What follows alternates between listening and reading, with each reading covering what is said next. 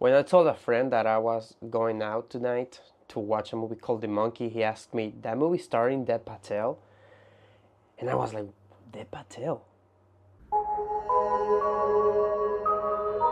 The Monkey is directed by Osgood Perkins, that guy from Legally Blonde. If you have seen Legally Blonde, you know who I'm referring to. When twin brothers Bill and Hal find their father's old monkey toy in the attic, a series of gruesome deaths start. I read half of the synopsis on IMDb.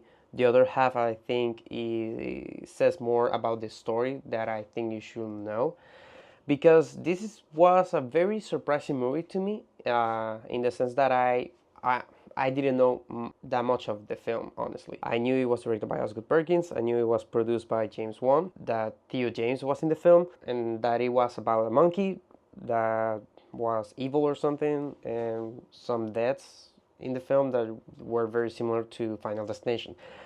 That's the only thing that I knew about the film. So when I was watching it, the prologue of the film, I was just thinking, where is this going? You know, in the first scene, there's an actor from Severance, and I was like, oh shit, he's in this film. And then something's happening, and you're like, yeah, no, he's not that much in the film. If you haven't seen Severance, by the way, you should watch it. But if you are a fan of that series, you're gonna see an actor, and it's really cool to see him there. But I didn't know anything about the film, so it was an adventure in the sense of you see a lot of years pass in these boys' lives, and you see them going through some very funny stuff for the audience, and some very horrifying stuff for the audience and for them. And this is a horror comedy.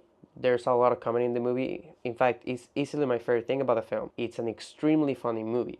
It's more funny than horrific. I don't think the movie wanted to be that horrific. I think it wanted to be more funny. There are still very scary moments in the film. And when it's about horror movies or comedy movies or horror comedy movies, I'm very harsh on them. I think as most, because those movies have moments that requires for the audience to have the exact emotions that the filmmakers want them to have. And if you don't have those emotions as an audience member, you will notice that the film didn't get you those emotions as much as it wanted to. And you notice that in horror and comedy movies more than other genres, which is why it's very difficult to satisfy people that much in those genres. But I think The Monkey really did it. There are some death scenes in this film that are incredibly funny. There's one related to water and electricity. That's everything that I want to tell you. I don't want to ruin you the scene. It's incredibly funny. It's a very well made movie. If you have seen Longlegs, you know that Osgood Perkins has a lot of talent. I actually like this movie more than Longlegs. I was kind of disappointed by that film, and a lot of it has to do with the marketing. The marketing was so good that I could only be disappointed by it. But I really like this one more because I didn't see any trailers.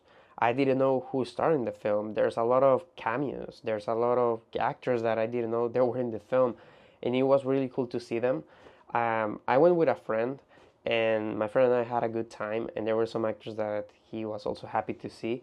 And there were some scenes and some moments in the film, and some recurring moments, that I didn't know what the hell was going on. I didn't know exactly what the film was trying to say. Another thing that I didn't know about the film is that it's based on a Stephen King short story, and I was surprised by that. Kind of.